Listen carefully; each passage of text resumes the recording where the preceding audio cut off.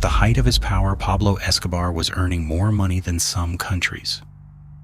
Private aircraft crossed borders. Entire networks moved at his command. Millions of dollars flowed through his empire every day. Some called him a businessman, others called him a criminal. Many simply called him dangerous. Because by the late 1980s, Pablo Escobar had become the most powerful drug trafficker on earth.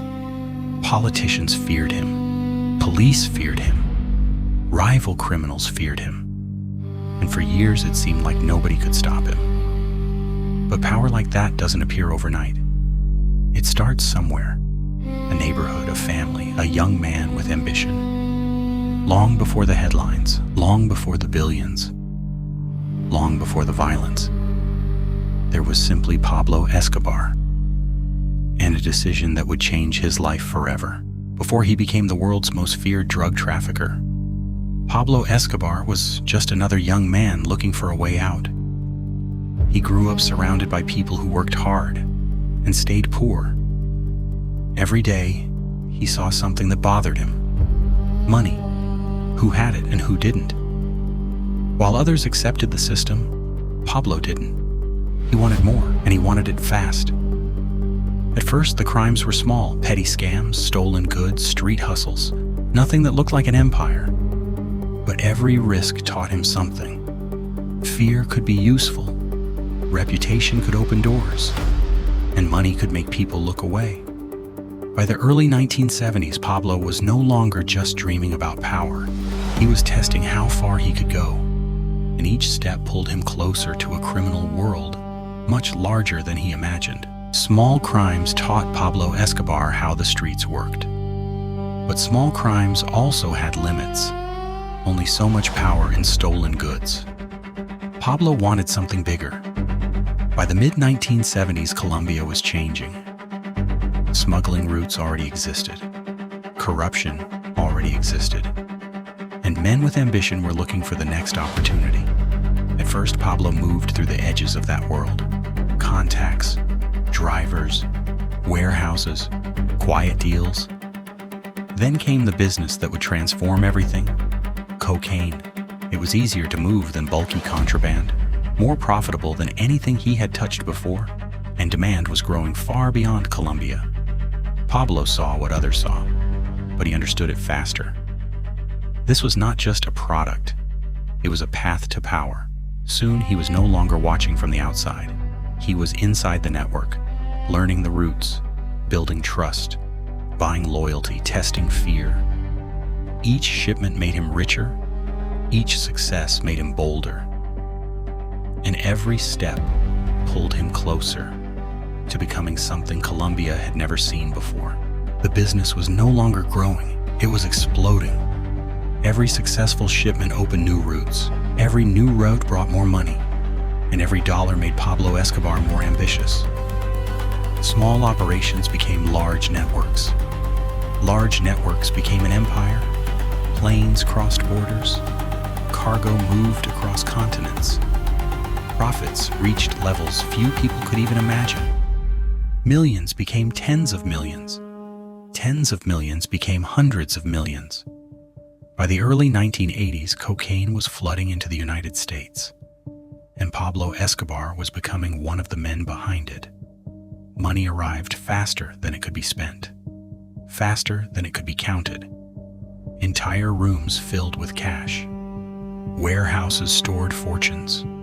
Suitcases overflowed with money, but wealth alone was not enough. Pablo wanted influence, he wanted respect, he wanted power. Mansions appeared, private airstrips appeared, luxury vehicles appeared. Then came something even stranger. A private estate unlike anything Colombia had ever seen. Lakes, gardens, exotic animals. A kingdom built from criminal money. People saw success. Few saw the violence hiding behind it.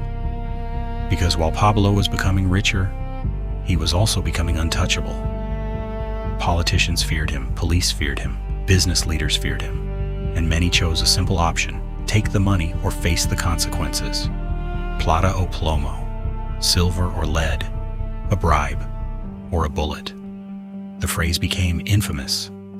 and Pablo Escobar's power continued to grow. By the middle of the decade, he was no longer just rich. He was one of the most powerful men in Colombia. Power brought Pablo Escobar everything he wanted: money, influence, fear. But it also brought enemies. By the mid-1980s, the Colombian government was under pressure. The United States wanted traffickers extradited, and for Pablo, extradition was the one thing he feared most. Not prison in Colombia, not local police, not rival criminals, a prison cell in the United States. That was different. So Pablo Escobar made a choice. If the state threatened him, he would threaten the state. Bribes were no longer enough. Influence was no longer enough. Fear became a weapon. Judges were pressured. Politicians were threatened. Police officers were hunted. Journalists were silenced. Bombs tore through streets. Families lived with uncertainty. Cities learned to recognize fear before it arrived. Colombia was no longer dealing with a criminal empire. It was facing a war, and Pablo wanted everyone to understand the message. No extradition, no surrender, no compromise. But the more violence he unleashed, the more enemies he created, inside Colombia, inside the government, inside rival organizations, and beyond the border. For years, Pablo Escobar had seemed untouchable. Now the entire country was beginning to turn against him. The violence changed everything. Pablo Escobar had built an empire through money, fear, and loyalty. But now, the same empire was turning into a cage. The government wanted him captured. The United States wanted him extradited. Rivals wanted him dead. And people who once protected him began to disappear. In 1991, Pablo made a deal. He surrendered to Colombian authorities, but not on ordinary terms. He entered a prison built for himself, a prison with comfort, visitors, protection, control. For a moment, it looked like he had escaped justice again, but power followed him inside, and soon even that arrangement collapsed. In 1992, Pablo Escobar escaped. Now the hunt became relentless. Police units searched the city, informants whispered, enemies closed in, safe houses replaced mansions, luxury disappeared, paranoia took over. The man who once commanded an empire was now hiding from room to room. Every phone call was dangerous. Every movement could expose him. Every loyal friend could become a weakness. By late 1993, Pablo Escobar was running out of places to hide.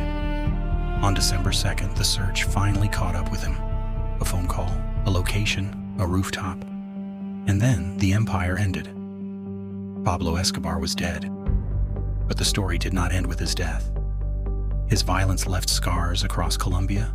His money changed cities. His myth outlived the man. Some remembered him as powerful. Some remembered him as generous. But history remembers the full cost, the fear, the corruption, the families destroyed, the country shaken. Pablo Escobar wanted to become untouchable. In the end, he became a warning, because every empire built on fear eventually collapses under its own weight.